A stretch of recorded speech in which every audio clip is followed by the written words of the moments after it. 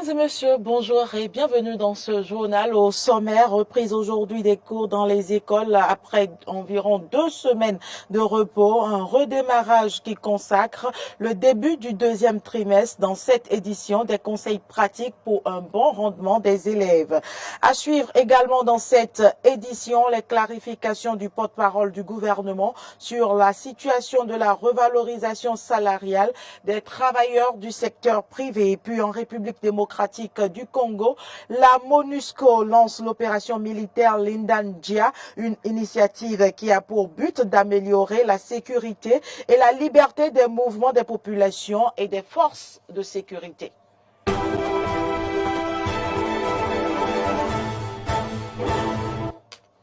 Merci pour l'attention. Je l'annonçais dans les titres. Écoliers et élèves reprennent aujourd'hui le chemin de l'école après les congés de fin du premier trimestre. Cette reprise des classes coïncide donc avec le démarrage du deuxième trimestre. Pour bien aborder ce virage de l'année scolaire, nous avons recueilli pour vous les conseils du coach scolaire Fulgence Arangonou. Il préconise un bilan du premier trimestre et des résolutions.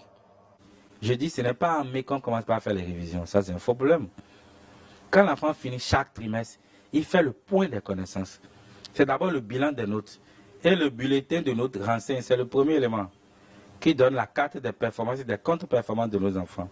Le bilan des notes. L'enfant a 10 de moyenne. S'il n'avait pas fixé de objectif, c'est qu'il a atteint son objectif. Il y a des enfants qui ont la moyenne dans toutes les matières. Chez eux, ça quitte de 10 à 12. Si l'enfant a 12, c'est qu'il a atteint son objectif. Nous avons des enfants aussi meilleurs, ils sont entre 12 et 15.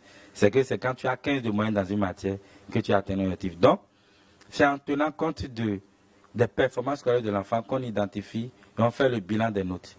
Après, ce qu'il faut faire, il faut faire le bilan des attitudes. Le bilan des attitudes est aussi très important. On voit les matières dans lesquelles l'enfant n'a pas pu atteindre son objectif et on se pose une série de questions. Où se trouve le problème? Tu n'as pas eu la moyenne en mathématiques. Où se trouve le problème? Le problème peut être à l'école. Le problème peut être à la maison ou l'enfant lui-même. L'enfant qui n'apprend pas régulièrement les leçons, le problème est à son niveau, c'est lui-même. L'enfant qui a des difficultés d'appropriation à l'école, le problème peut se trouver à l'école. L'enfant qui rentre et qui ne peut pas apprendre parce que papa et maman se chamaillent tout le temps, l'environnement familial n'est pas propice. Le problème peut être avoir comme source à la maison. Ou le problème peut être les trois, l'école, la maison, l'enfant lui-même. Donc, il faut identifier où se trouve le problème. Et d'autres questions.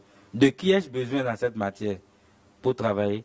De quoi ai-je besoin? Le qui peut être un répétiteur ciblé, ça peut être même papa ou maman, ça peut être quand même, c'est une personne. Le quoi, c'est peut-être un ouvrage qu'on n'a pas eu, des épreuves. Et la dernière chose, qu'est-ce que l'enfant doit cesser de faire?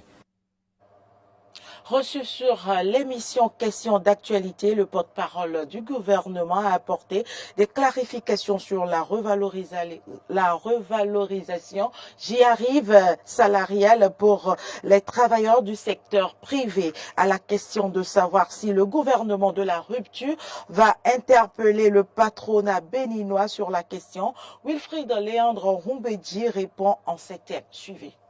L'assurance que je peux vous donner, M. Noumon, c'est que aussi bien le président de la République que son gouvernement continueront de sensibiliser, de plaider pour que le patronat et plus généralement les employeurs privés entendent ces interpellations, son plaidoyer, afin que la dynamique positive qui est née, cette ferveur qui a été observée. D'ailleurs, il ne me souvient pas avoir noté sur vos antennes ou sur vos écrans, au cours des derniers jours de décembre, les complaintes traditionnelles que les bonnes dames dans les marchés ont, à savoir, oh, cette année, nous n'avons rien vendu. C'est pire que l'année dernière. Je n'ai pas particulièrement observé ça. Peut-être que les effets positifs de la revalorisation sont passés par là. Et il va donc sans dire que les agents du privé allant sur les mêmes marchés que ceux du public, le gouvernement n'ayant pas le pouvoir de décréter les augmentations de salaire dans le privé, il va continuer à plaider. Et si demain il a sous les yeux des mesures particulièrement incitatives qui pourraient y encourager, je suis convaincu que ce sera de gaieté de cœur que le chef de l'État les entreprendrait avec son gouvernement. Les membres du Front des organisations nationales contre la corruption FONAC ont animé une conférence de presse au siège de l'institution à Cotonou. Au cours de cette rencontre avec les hommes des médias, le FONAC a fait le point des violations du code électoral constatées depuis le début de la campagne électorale pour les législatives du 8 janvier prochain.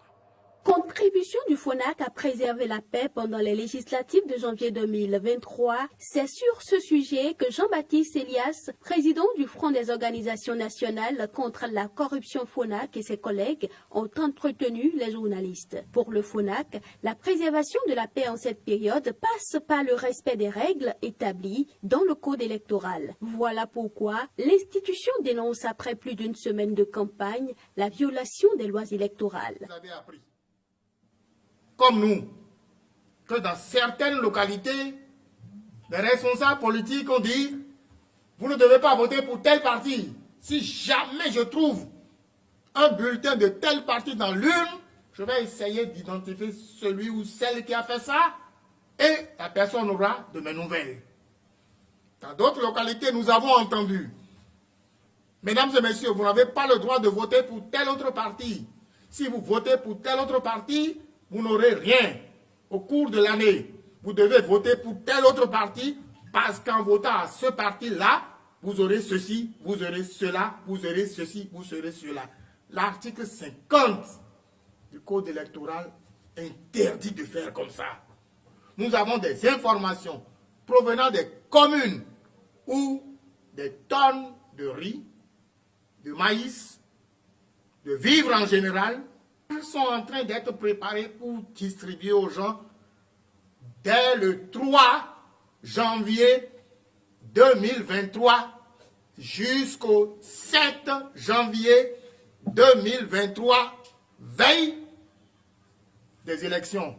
Dans la deuxième partie de son intervention, le conférencier a adressé des messages et recommandations à l'endroit des partis politiques et des populations. Des messages et recommandations qui vont dans le sens du respect strict des dispositions du Code électoral, gage d'un scrutin apaisé, crédible et transparent.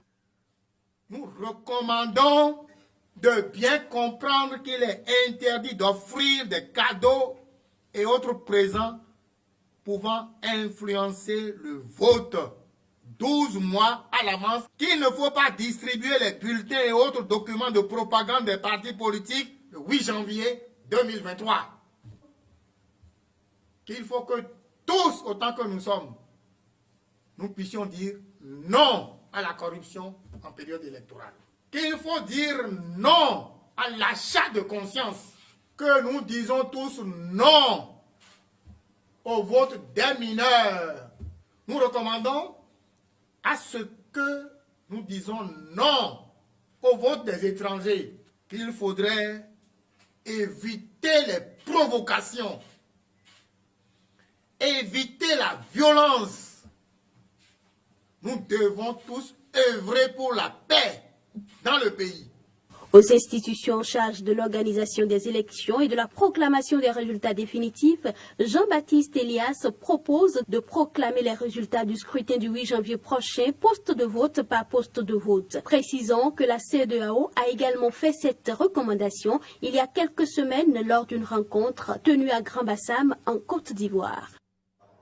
Les entrepreneurs en situation de handicap bénéficieront désormais d'aides venant de l'État béninois. Le président de la République l'a annoncé au cours de l'entretien qu'il a eu avec les personnes en situation de handicap à l'orée de la nouvelle année. C'est à nouveau pour moi l'occasion de rappeler que ceux qui sont en auto-emploi comme vous et qui vous débrouillez pour forcer les portes, pour créer vos entreprises et exister, le gouvernement mettra en place des mesures pour vous faciliter la vie.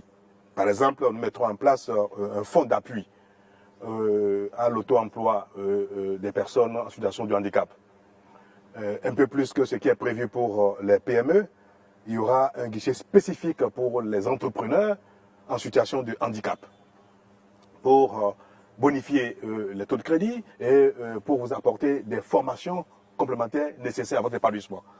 Donc il y aura tout un programme Et là, un programme sérieux, important, pour accompagner tous les entrepreneurs qui, par leur engagement, leur volonté, leur rage d'exister, de vaincre, se développer, d'avoir l'appui de l'État, de la communauté béninoise pour le développement de leurs affaires. Et ça, ce sera un bon exemple pour tous les autres. Donc, il faut qu'on voit des personnes qui sont de handicap réussir dans la vie, avoir une belle vie, du succès, pour montrer à tous les autres qu'on peut naître avec un handicap, on peut devenir handicapé et continuer d'aspirer à un bien-être, au bonheur, à son insertion et être distingué dans la communauté. Je peux vous dire que c'est aussi le cas de vous confier, j'ai un éducateur en face de moi, que les formateurs privés, les structures privées qui sont dans l'éducation, la formation des personnes en situation de handicap seront suivis, seront subventionnés. Donc les privés qui ont la volonté, qui ont une passion et qui y sont, seront accompagnés par l'État pour donner à ces personnes-là la meilleure éducation possible. Occasion pour les représentants de ces personnes longtemps discriminées de solliciter auprès du chef de l'État plus de moyens ou d'appareils pouvant faciliter leur mobilité. On écoute à nouveau la réponse du chef de l'État. Et pour ce qui concerne les moyens de déplacement, des véhicules adaptés à votre situation, les mesures qui vont entrer en vigueur bientôt, ce sera la défiscalisation totale de tous les véhicules permettant aux personnes à mobilité réduite de circuler librement. Défiscaliser totalement tout ce qui est appareillage et équipement pour faciliter la vie. Et pour les équipements très lourds, très coûteux, nous envisageons même, pour les personnes lourdement handicapées, nous envisageons même une contribution de l'État pour leur faciliter leur inclusion dans la société béninoise. À partir de l'année 2023, le gouvernement échangera avec vous de manière plus formelle sur les détails de notre plan d'action. Parce que ce serait bien qu'au-delà de la rencontre que je fais avec vous, que les associations représentatives soient appelées à se prononcer sur les différentes mesures pour voir s'il n'y a pas des choses qui méritent d'être améliorées ou corrigées. Donc à la suite de cela, nous allons mettre en œuvre donc ce plan-là, ce programme, pour que vous vous sentiez désormais appartenir entièrement à la société béninoise.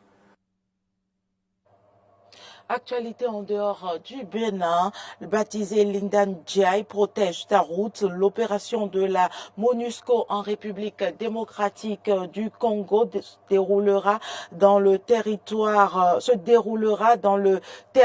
de Béni en proie aux attaques sanglantes des rebelles des ADF, forces démocratiques alliées présentes dans la région depuis près de 9 ans. Elle sera menée par la brigade d'intervention de la MONUSCO ayant un mandat offensif. L'opération est circonscrite aux axes routiers allant de Béni vers Sanliki, Mango et Nobili, des agglomérations proches de la frontière avec l'Ouganda et régulièrement ciblées par les rebelles ADF. L'ancien président mauritanien Mohamed Ould Abdel Aziz a été empêché de voyager à l'étranger mercredi 4 janvier. Alors qu'il s'apprêtait à prendre un vol pour Paris, l'ancien président a été intercepté à l'aéroport de Nouakchott par la gendarmerie qui lui a confisqué son passeport. Il estime que les événements d'hier sont une sanction politique sans fondement juridique. Je cite, une mesure de la police politique de la dictature de mon pays, c'est tout. Moi, je ne suis ni en contrôle judiciaire, ni en résidence surveillée. Mohamed Ould Abdel Aziz est en attente d'être jugé pour des faits de corruption durant ses 10 années au pouvoir. L'ancien chef de l'État avait été mis sous contrôle judiciaire en 2021, puis incarcéré, assigné ensuite à résidence pour des raisons de santé et enfin libéré en septembre suite à la fin de son contrôle judiciaire. Il s'est déjà rendu à Paris durant 2 mois, le trimestre dernier. Et c'est tout pour cette édition. Merci pour l'attention. À très bientôt.